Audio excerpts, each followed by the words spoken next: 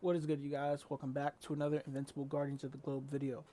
And what we are going to go over today is going to be a pretty long topic, so I'm probably going to spread it out over the course of a few videos because it's going to be a lot of breaking down to do and a lot of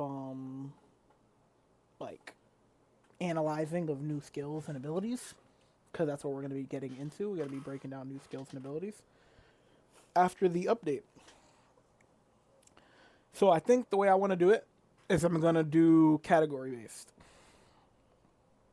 I was gonna do like attacker, defender, and healer, but I think it'll be better to do by faction because I think it'll be a little less scattered, and it will also give you more. It'll give me the way to give a better gist of which character you probably should go for in each faction. So I'm gonna also go over that as well. This is mostly going to be about their skills of how they improve, who I think is better because of their skills being changed or boosted, who I think is probably mid, or who I don't think benefited that much from their skills being changed. So mostly going over stuff like that. And then at the ending of the video, I will tell you more or less who I would recommend building for the characters. So we're going to go from the bottom up to the top. Starting with Bulletproof. Now, Bulletproof, I won't say is the worst GDA character you can use in here. You know what? We should actually start at the bottom of the bottom, and we should go with the. Or is he the bottom of the bottom? Actually, I'm not sure right now. Because I do have the blue heroes. Yeah, I do have them right up. So yeah, he is the bottom as of right now for me. But we should probably start with the duplicates and the explodes and Black Samsons. So let's start with them.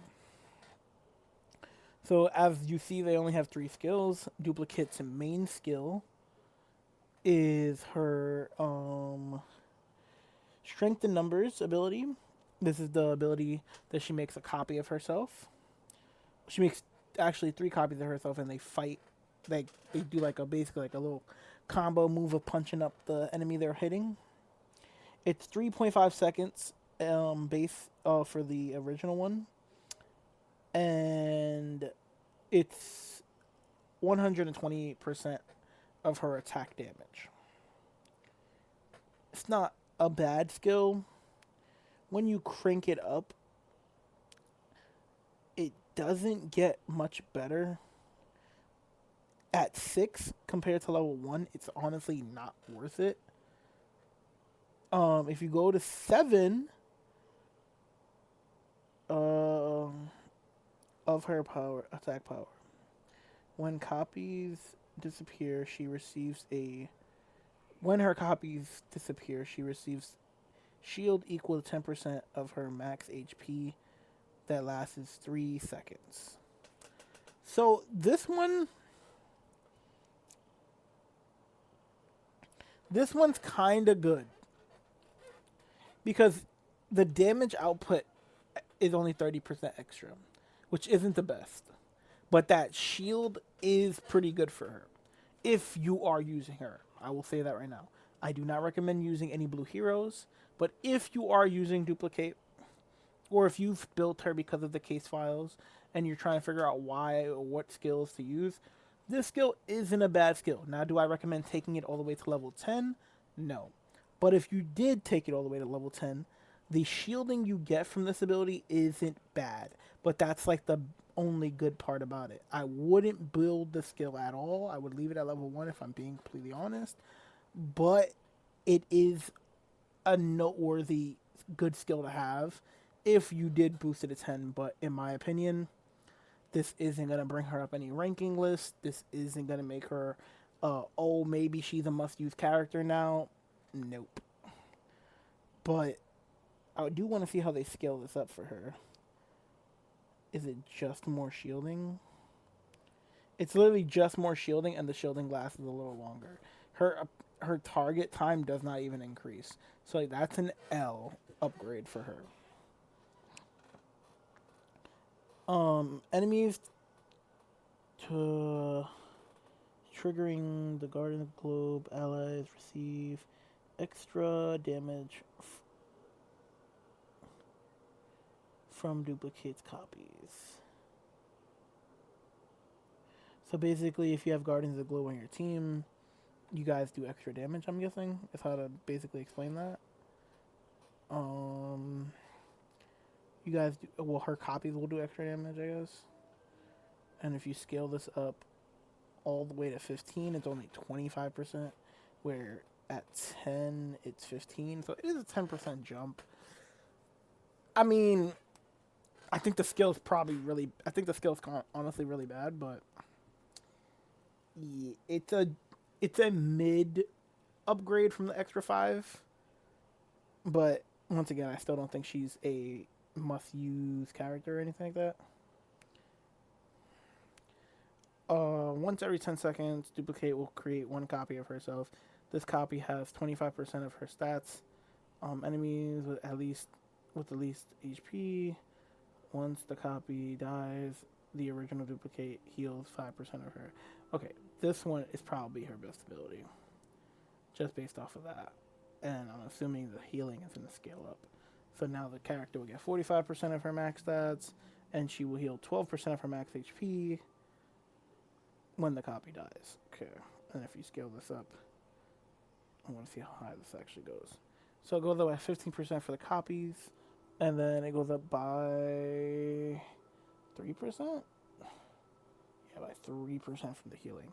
That's not that good. That's honestly really bad for the extra 5 and how expensive it costs. So 100% do not boost Duplicate. Black Samson. Black Samson unleashes. So this is basically like a dome that he punches his two fists together and creates like a dome of area damage. The area damage is an explosive, granting 10%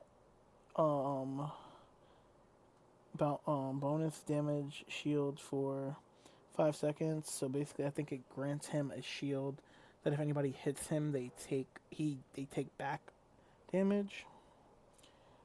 And it also pushes the enemy back, and then the base overall AOE effect is 350% base damage and taunting the enemies for 5 seconds. Nothing really gets added to this move. It's just a power scaling. And even with the new skill ups, nothing still gets added to it. It's just a power scaling thing. So 40% isn't bad. For 10 seconds also isn't bad. And 500 damage isn't bad. But I don't think it's worth it once again to build him. When fighting against members of the mob, let's jump it to 5, it goes up to 25, jump it to 10, it goes up to 50, and then if you jump it to here, okay, so a new ability does get introduced. So from level 10 to level 11, at the beginning of waves, if there is an original Guardian of the Globe ally, he grants a 10% bounce back shield for 10 seconds around them. That's actually pretty good. Okay, that's a pretty good ability. So his second ability is probably the best one so far, and could be useful in certain situations. Now, would I say to take this ability up to 15? Hell no. But is that a decently good ability? Yes. Because especially the fact that it scales up to that amount, 30% shield of bounce back, that's pretty good. And for certain characters, being that it's only on original members though is kind of the tough part, but that's pretty good. Black Samson HP goes below 30%. His stats, he starts to regenerate himself by 2% of his max HP every 4 seconds. And then I'm guessing this scales up dramatically. Oh no, it doesn't. It scales up very, very miniature. So it goes up by like 0 point something. 3% per 1 second. And then here, right here. So when he goes to level there,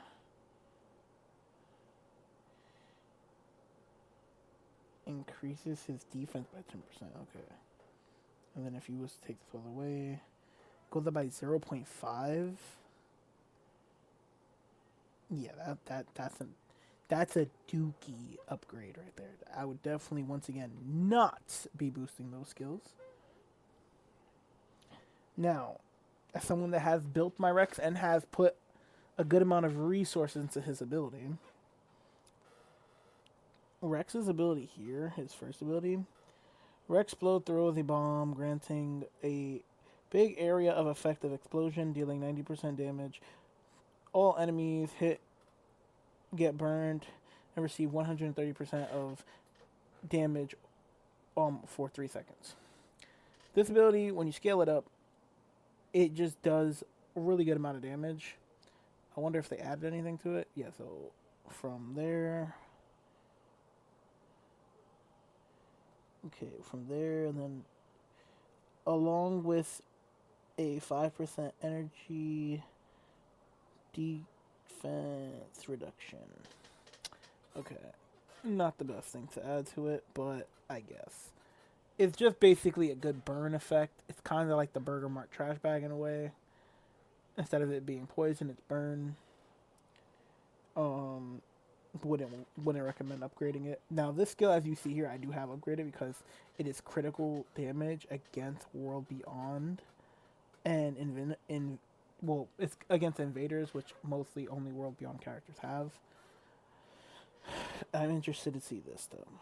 So from level 10 to level 11, which you also have to be level 700 to do, Rexplode increases the curve. Additionally, he reduces Lizard League enemies' critical damage. This is a counter to Lizard League. Interesting. That's interesting. 55%. Okay, that's interesting. Would I say to do this? No. But if Rex is a major part of your team and you ever see... Well, let me not say that. If Rex is someone you have built up for the case files and you start to see that the Lizard League people start to take over a little bit in like your arena area, this could be a skill that's kind of worth it. Would I say it's worth it? No. But could it be worth it in a situational thing? Yes. When an enemy receives a critical strike, Rexplode throws a bomb that deals 20% damage and burns them for 10% of extra base damage for 5 seconds. And then we take this. Once again, I don't think any of the abilities change, but they do scale up. And then at level 11, it just continues to scale up, it looks like. Yeah. Okay. So, as far as the blue characters, I do not think any of them are 10 times better than what they were or anything like that. And I also do not think that I would recommend using any of them or boosting any of their skills. But I will say that Rex benefited the most, I think, in his changes out of the blue characters for GDA. And I would say Black Samson was definitely second. Excuse me. And Duplicate was definitely the worst. Now let's get into the 8 purples. 8 elites. Bulletproof actually had a rework before this drop too. Bulletproof pushes back enemies in front of him 3 times following the target, dealing 370% damage. And then if you scale this up to 5, Of his abilities, increases his own crit damage by 30% for 5 seconds. It's not bad. And he scales up all the way to 10. He brings his own crit damage to 80 for 5 seconds, while also dealing 425 damage to the enemies that he's pushed back after he performs 3 criticals. Which isn't bad. Level 11, it's just more power scaling, it looks like. I think that's pretty much what it is. Just more power scaling. Okay, cool. But he does increase his critical chance by 130%, meaning his punches are going to hurt. If there is a human on the team, Bulletproof decreases the damage received by ranged enemies by 5%.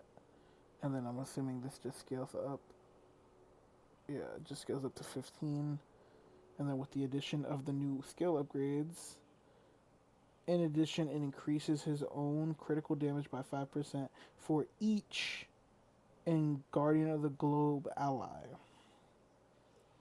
And then if you scale it up all the way to 15, it'll be 25% damage reduction from ranged enemies and a 10% critical damage boost for each Guardian of the Globe ally. So in retrospect, you can get the maximum of 40 extra critical damage, extra crit damage with 25%. Well, basically 10% extra additional reduction damage from ranged enemies. Not bad. After performing 6 critical strikes, Bulletproof increases his attack stat by 17% for 3 seconds and becomes immune for 3 seconds. That's really good. And if you get this up to level 10, it goes up from 3 seconds of immunity to 5 seconds. And the percentage of his stats goes up from 17 to 35. It's not bad. It seems like it just scales up a little bit more. Yeah, so from 10 to here, not worth it at all. That's really lazy. Once again, I'm going to tell you like it is. Not worth it at all. Bulletproof is immune to push and pull effects, increasing critical chance by 50% for 4 seconds when an enemy tries to apply these stat effects. Okay. And is this going to be just a scaling thing too? Goes up to 100% with 8 seconds. No, this actually gets a new ability. Okay. And his energy attack by 10% for 4 seconds when an enemy tries to apply these things. Okay, yeah. And all it does is boost that. So it gives you basically an additional 25 for 8 seconds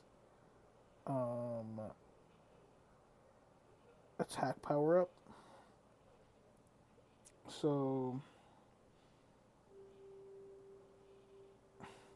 you're honestly probably better off if you're gonna do it. If you like have built, I would say if you built a bulletproof and you already have these skills at level like 8, 7, I would say this one's worth it to take to 11, but I would leave it there. I wouldn't go past 11. Same thing with this ability. Like, if I'm honest, I would take this ability.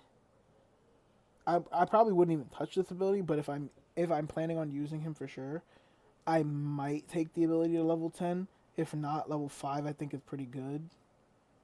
But, you know, because at level 5, the percentage doesn't go up by much, but you do get a full second extra longer of the immunity, so that's the part that's kind of good. Overall, I would say the changes to him, plus the new skills, he's meh. Monster Girl. Okay. Oh my god, I don't know why I keep yawning so much. Monster Girl is kind of a interesting spot because Monster Girl once again is good, but then with the problem of Anissa, she doesn't get much using time. Monster Girl stomps the ground, dealing AoE damage around her of 120% of her attacks, stunning an enemy, stunning an enemy, a stunning any grounded enemy within the radius of 0.25. For no, stunning any stunning I can't speak. Stunning any enemy in the radius with for a 0.25 seconds. She then punches them. She then punches the enemy in the front of her, pushing them back while dealing 190% of her attack damage with the addition of 11% life leech. And that's at level 1. So I'm assuming this is just going to scale up because that's a lot already. Yeah, it just scales up, and the sad thing is the stun does not go up, which is really bad. And that's what the new upgrade does. The new upgrade just puts it from a 0.2 second stun to a 0.5 second stun. That is horrible. Monster Girl increases her defense for Guardian of the Globe allies by her. And I don't think that's for each. I think it's just one. So this is just naturally one person. You just need one person with her and they'll get this effect. So one person on her team that's a Guardian of the Globe ally, she will get 10% extra defense. Not bad. And increases her physical attack by 10% if there's a mild factor enemy on the opposite team. So if you're going against like Titan, Multipole, Mauler twins, the lava guy, the guy with all the tentacles on his chest, and the electric guy. And then this is gonna just scale up, I'm assuming. Yeah, okay. Monster Girl gets a permanent attacks boost equal to 10% of her current HP. Now, we'll just take that straight up to 10 because it just scales. And at 11, so 10, it goes up from a 5 to a 15. And then at 11, you get the... Oh, turn my phone off. At 11, you get the addition of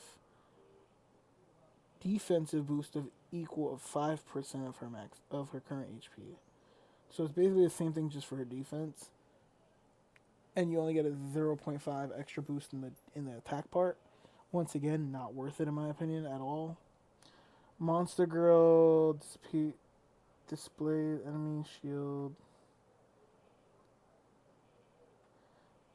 Oh, Monster Girl takes out enemy shields completely. Interesting. Enemy shields with her basic attack. Instead of receiving shield, she receives a healing effect of 65% of shield value. Interesting. And then if you crank this up. Now I wonder when it says shield, would that work on immunity shields? Does she get rid of immunity shields? Or is it just like regular bubble shields? I might have to test that. And this just scales up. Nothing gets changed. So yeah, I would still say she's pretty bad. Pretty bad. Pretty bad. Now let's go Shrinking Ray. Shrinking Ray and and move behind the further target with the attack them with 200 decreases their defense by 26%. And at level 1 is 22%. So, and the seconds don't go up. Okay.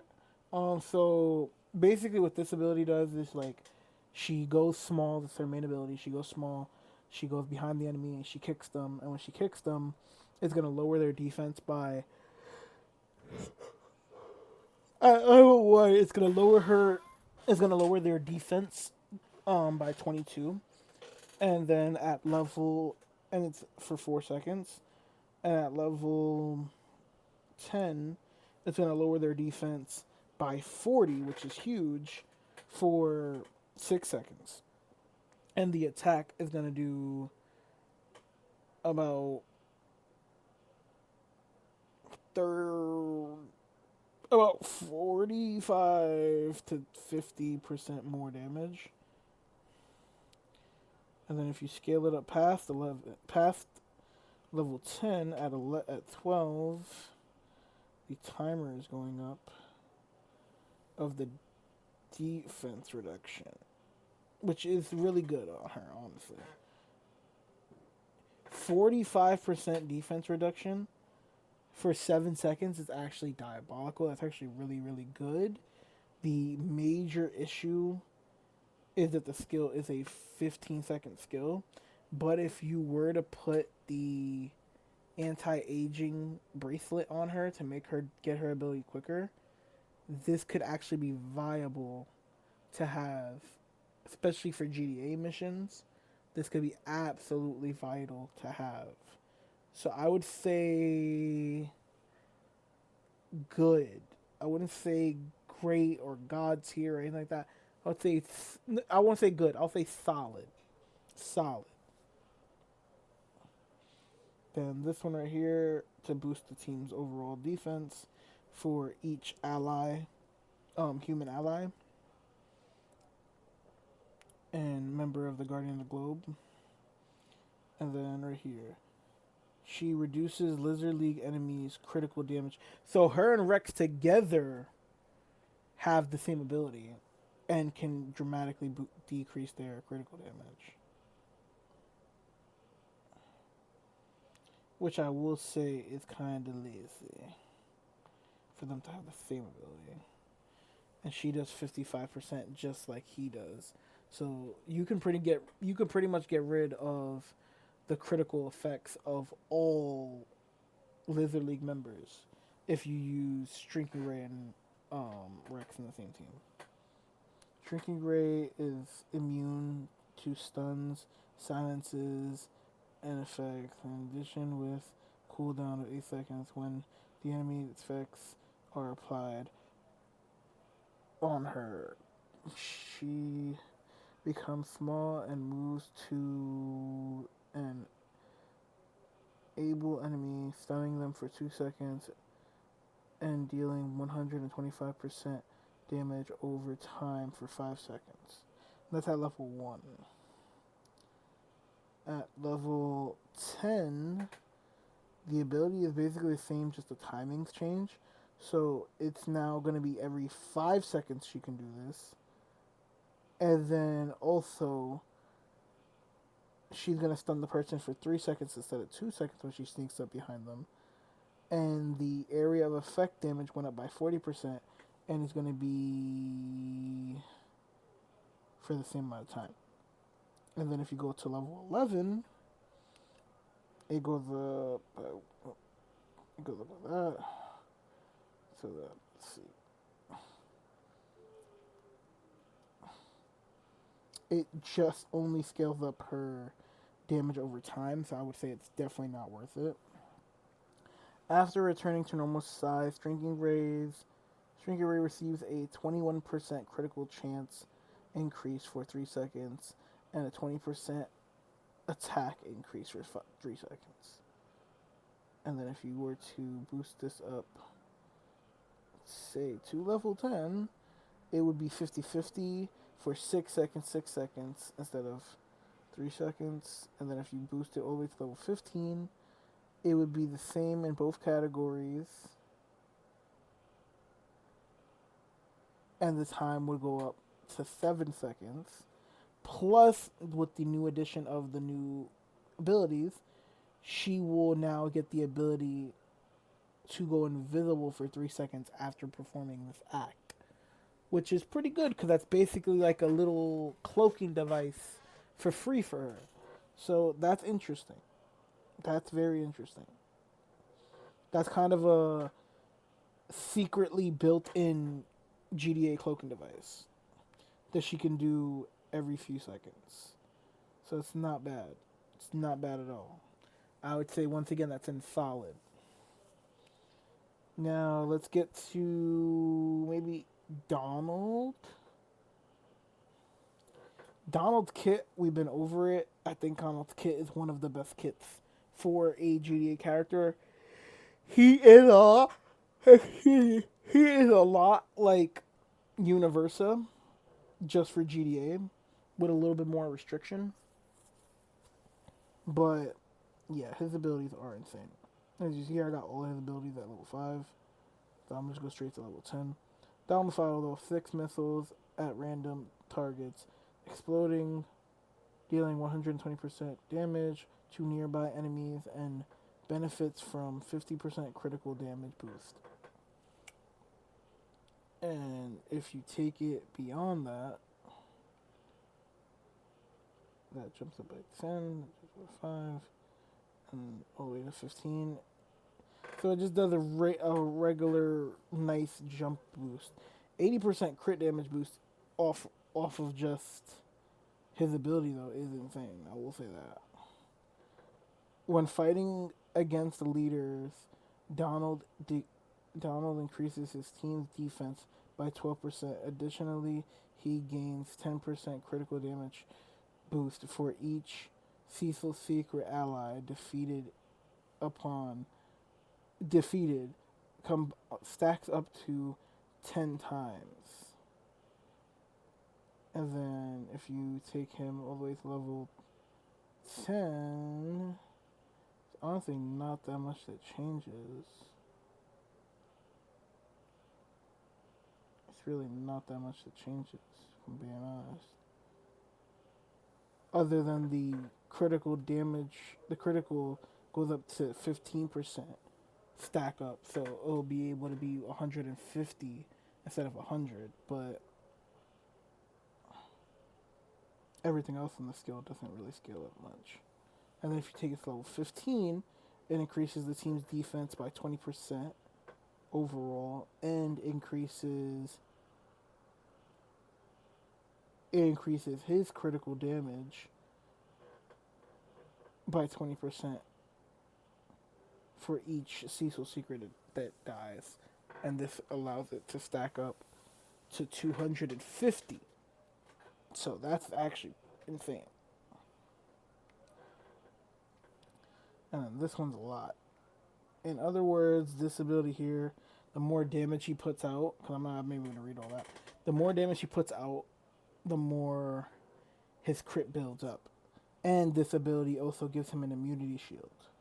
So after the first burst, Donald gains 1.25% critical chance boost, up to 100%. If he is stunned, he loses 80% of the accumulated critical chance, minimum of 0%, and becomes immune to all damage for 4 seconds.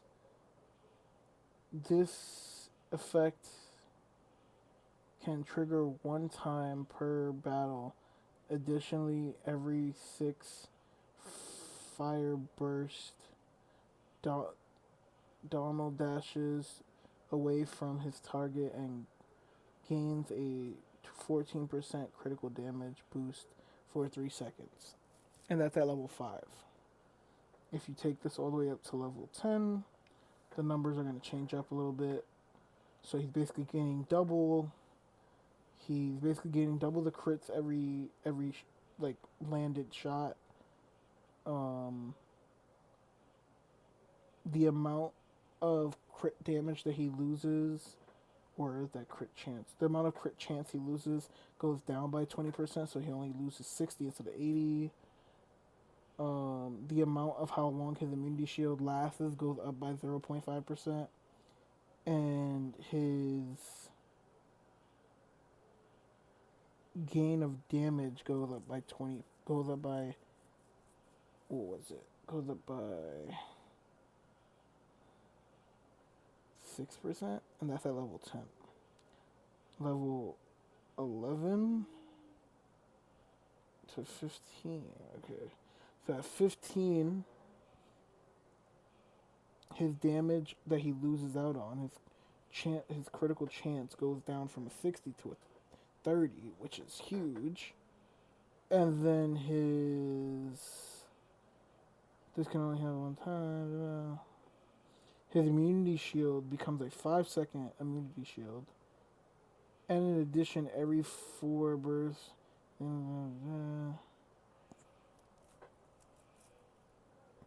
I wouldn't recommend, once again, taking this to level 12, but it's good for what it does. I would say if we're going to take any of his abilities to level 12, so far the first one might be it, or the second one might be it. I think the second one, I would say, is probably it. If you're going to take any of them to 15. Upon dying, yeah, this is the one I was going to check too. I don't think this one gets us extra skill, so yeah, right here. Level 7. In addition of him self-destructing, each impacted enemy will lose 40% of their shield if they have a shield. And I feel like that's kind of useless to build, if I'm being honest. So if you decided to take this level 15, in my honest opinion, and it wouldn't be worth it, the only thing that basically makes this slightly worth it, but I still would say it's not worth it in my opinion, is that basically what this means is that, and that's why I say it's not worth it, basically what this means is that Donald, when he dies, will guaranteed remove all immunity shields and shields in general off of the enemies. Now, it doesn't say for sure immunity shields, but I'm guessing that it's counting immunity shields. I could be wrong on that, but I'm guessing that it's counting immunity shields. I'm taking a wild guess. I would say out of all these abilities, to be honest, the upgrading aspect of it is meh. Not Donald's kit is meh, but the upgrading aspect of it is meh. I would say the only one here that I would upgrade to level 15 that I would even be tempted or like think that it benefits is his second skill. Other than that, the rest of them are good at 5. Now we have Immortal, Shapesmith, Robot, and Cecil. Let me just say it right now. Robot, Cecil, and Shapesmith are the 3 best GTA characters in the game. Hands down, no debating it. They are the best 3 characters in the game right now. Well, for GTA, they are the best 3 characters in the game. Shapesmith might actually be the best character in the game right now, after his changes. If I'm being honest, bro, I want to just jump straight to level 15 abilities, because Immortal's abilities suck. If I'm being completely honest, his kit is really bad, and I was talking about this before on one of my other videos when I was doing a ranking system. Immortal's kit is really bad. I honestly think his kit is a kit that's like, you only boost up 1 skill by 1 level, or maybe 2 skills by 1 level, and that's it. You don't want to touch anything else, really. So, like this skill right here, compared to where I have it at level 2. So, it stuns enemies for 2 seconds and does 450 damage. Doing a jump all the way to level 15, the stun becomes 3 seconds, so it only gets a 1 second increase, and in addition reduces the effect enemies' energy defense for 7 seconds by 20%. Like, that's not even crazy. And this one is against the Viltrumites. Once again, this one could be somewhat good to combat the fact that Anissa absolutely deletes him. This could be somewhat that's good. Like, you can have somewhat of a chance of fighting back here. But at level, let's see, 10. At level 10, it goes up to 35. And at level 15, it goes up to 40. And in addition, he gains a lifesteal of 10% for each original Guardian of the Globe ally. Now, that's interesting on him. That's actually very interesting on him. Especially the fact that he already gets healing from his allies. That's very interesting to be on him. And this one, when the Immortal reaches 9%, he becomes immune for 5 seconds and boosts his energy attack by 25%. Wait, 27% for 5 seconds. This ability has a 15% cooldown. A 15-second cooldown. And then if you take this all the way 10, the reach doesn't change, but the attack damage does. It goes up to 50, but nothing else changes. Now, if I go with level 10, when he reaches 10% HP, so it goes up by 1 percentage, the immunity shield does not stay up longer, and the attack only goes up by 1%, goes up by 10% and lasts 2 seconds longer. Once again, not worth it in my opinion, if I'm being completely honest. At all. Once again, I would do it the exact way I have it and only boost it up 1 time.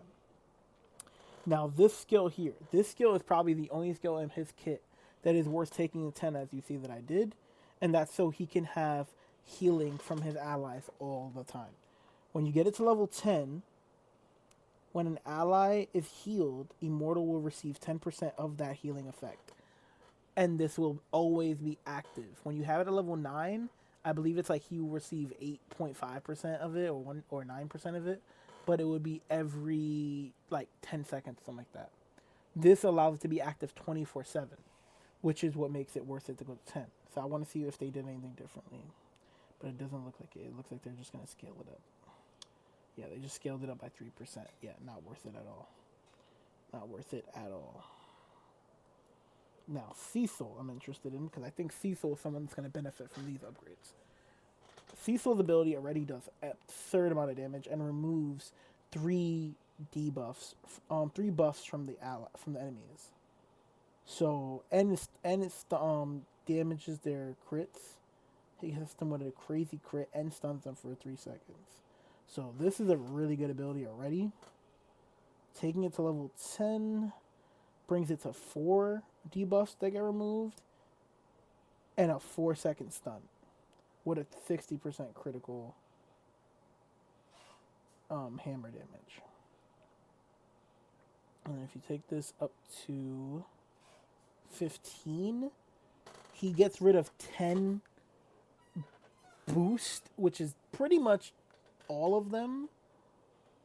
His damage goes up from 9, it's 980 to 1,120, so that's a good jump. And then the damage goes to 70% critical damage and a 5-second stun, which is insanely good. That's a good ability that if you took it to level 10, it's worth it. And if you took it to level 15, it is worth it. Any Guardian of the Globe seeing their attacks decreased by 18% when going against Cecil on the battlefield. So this is when you're using him if you're going against other GDA members. This could be kind of good. I would say this is kind of good in maybe Special Arena. Special Arena, this could be really good, and in GDA missions, this could be really good. I wouldn't see this being that good in a regular arena, but it definitely could be good in Special Arena.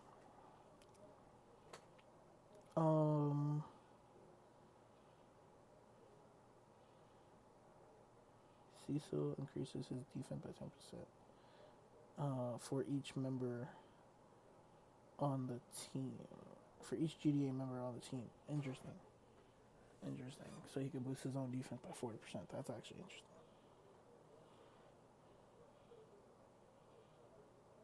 And then you could power that to 15, so then he could do it by 15, 30, 60%. That's not bad either. 3 times per wave. This is his teleportation. Cecil could teleport when an enemy receives.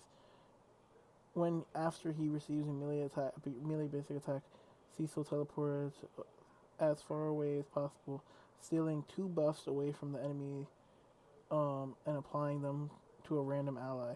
He then heals his whole team 30% of his defense, increasing their crit chance by 20% for 4 seconds. Yeah, this ability does do its job. And if you get it to level 10, it's already busted.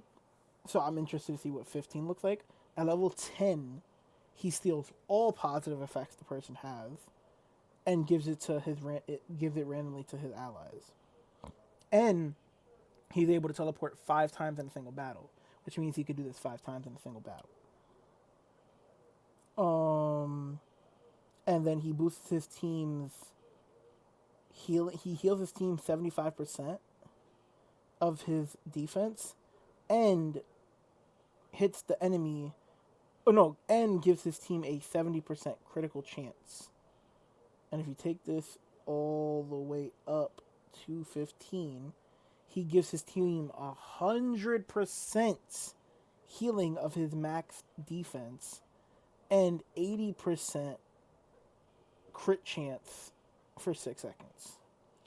So, for example, let me give you guys a quick example. My Cecil has 17,000 defense.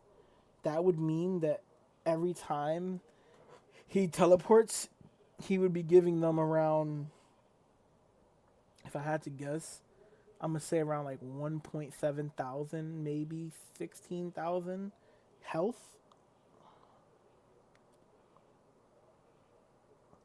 And when a non-summoned ally dies, Cecil summons a reaniman to the battlefield with 55% of the ally's stats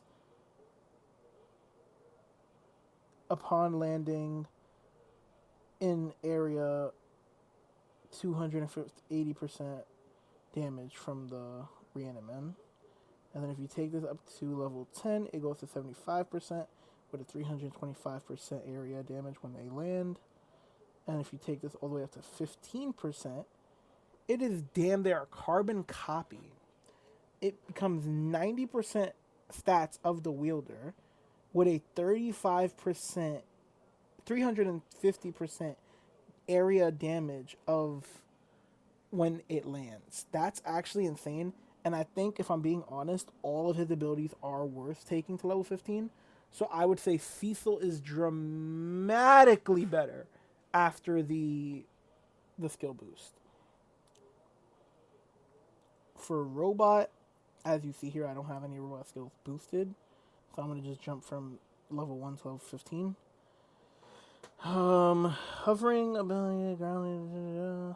Okay, basically what this ability does here is robot makes a healing aura around. No, robot does a effect of the area that boosts all allies around him's health up by 10%, and then also reduces the enemy's defenses by 5%. It's honestly not his best healing ability on his kit, but it is a healing ability. And if you was to be crazy enough to take it to level 15, it goes up from 10 to 18, and the damage reduction goes from, 5 to 20, and he gives them a silence for 5 seconds when fighting against mob members. Robot increases his team's healing effect by 10%. Okay, that's not bad, but once again, situational at best. And if you was to take it all the way to 15, it'll go up by 40. This is probably his best skill right here in the game. This is probably his best one by a landslide, which is every 15 seconds, robot will create a area of effect heal around him, minimum of 21% max HP. So this one's probably his best one because it's the most common one that pops up. And at level 10, it's 25% for 5 seconds. So the bubble around him the little circle around him will pop up for 5 seconds, and anyone in that radius will get back 25% of his max HP. And if you take it to level 15, the number of the effects of healing does not change, nor does the time, but he will also now increase the critical damage by 35% of all allies for 3 seconds. So it's not the best to take it up to level 15. It could benefit you, but I would say I wouldn't even touch it. I would leave it at 10 if you get it to 10.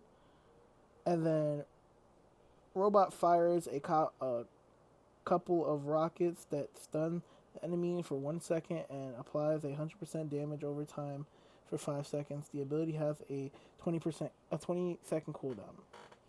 And then if you take it all the way to level 15, it goes to a 3-second stun, which I'm pretty sure you get at level 10.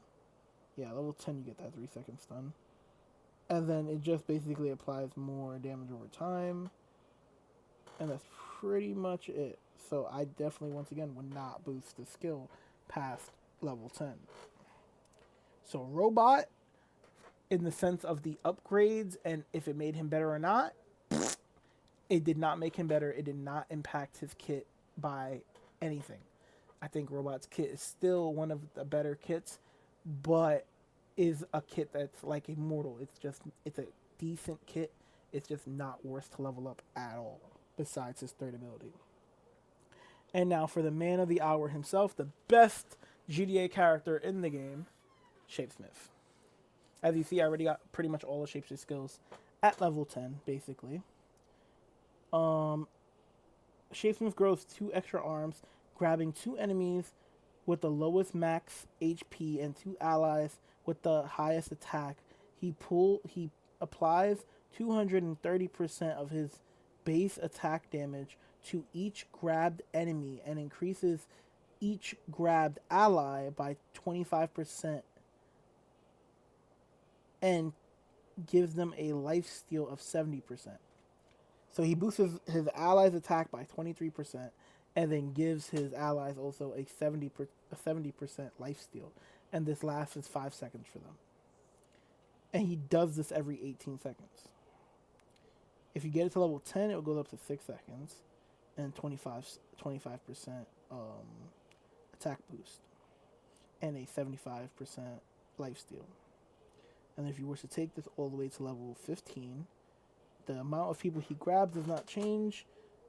The damage does go up by a decent amount, whether by what is that? 45. Whether by 45, the attack to his allies that get boosted goes up by 10% or 5%. 5% goes up by 5%, and then his lifesteal goes up by 5% as well. In my honest opinion, that is not worth it to take it to level 15. When fighting against not of this earth allies, not of this earth, when fighting with a not of this earth ally, he boosts all team healing effects by 20% and defense by 16%. Taking it to level 10 would just bring it to 2020. And then anything beyond that, I think it's just going to bring it to 25. Yeah, so once again, I don't think it's worth it to go up to level 15. That's a whale territory, and it's a lot of elixir that you're wasting. You can probably just use it on another character. After performing Brothers in Arms, which is the first ability, Shapesmith alters his appearance to look like one of the adjusted enemies. He also instantly returns to his original form, confusing enemies nearby for 4 seconds. While confusing the enemies, with this attack, while confused enemies will attack their own team. Enemies receive a extra 90% critical chance and reduction of 14% of their defense for 3.5 seconds. This is his bread and butter move right here. This is the move that deletes your team. When you go against a Shapesmith and you're like, what just happened to my team? How did my whole team just die randomly? This is the move. This is the move that does it. Because not only is your team hurting each other, the enemy team is still hurting you at this point too. And your team's defense gets lowered. And the person that he has on the two teammates or three teammates or four teammates that he's taken from your team to make them fight each other, or on top of that, all of their damage gets a 90% critical boost increased of critical chances landing, which means you're going to do the max amount of damage basically to yourself. And then this ability right here is this other ability that has been absolutely taking over the game, which is every 5 seconds, if Shapesmith health is below 30, he will absorb 58% of the incoming damage taken for 4 seconds and heals his whole team by minimum of 190% of it. This skill right here has been going diabolically insane. Shapesmith has been keeping entire teams alive by himself. And him and Cecil together, don't even, like, it's insane. Him, Shapesmith, Cecil, Shapesmith, and Robot together is, like, literally unkillable team. It's literally an unkillable team. Like, it's just ridiculously overpowered right now. And if you get it to level 15, it does scale. Okay, what I will say here, from level 10 to level 15, it doesn't look like much of a difference percentage-wise, but I would say it is. And the reason why I would say it is a big difference is because you're getting a 1 second increase of how long of damage he's taking, which can impact a lot. You're getting a 2%, which isn't much, but of absorption damage. That's the thing that's like, that's the part that's like kind of throwing me off to make it like, it's not that really worth it. But then you're getting a 25% jump in HP given to your team, which that and the 1 second increase can be worth. Because you have to think, if you're, let's just say with the 4 seconds, you're absorbing 100,000 damage, right? Which is 25,000 damage per second, right? With that 1 extra second, that's another 25,000 damage you basically are going to be able to absorb. Plus, your team is going to get, your team is going to get more healing out of it. Your team is going to get a dramatic amount more healing. Because 25% of 25,000, let's say, right, is a much bigger percentage than only 15%. Well, not 15%, but you get what I mean. Because that's the 25% difference. So it is a big jump in percentage. So I would say it's not a need, but this is for endgame for sure, and this would definitely make him better. So it is good. With the other ability here, taking it from level 10 to level, it's just a 0.5 second increase, a 5% critical reduction,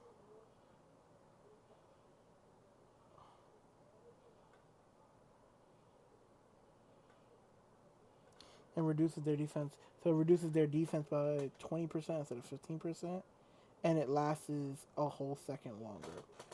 This one I would say isn't worth boosting to level 15.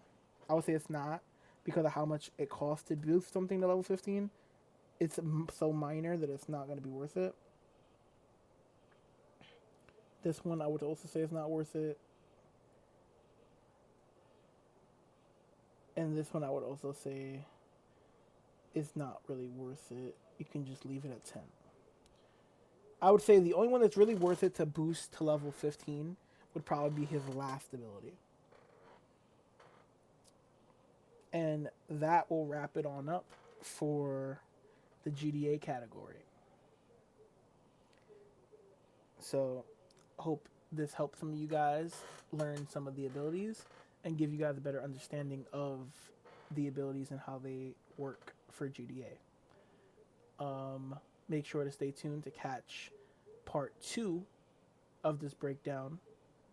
And for part 2, we are going to go over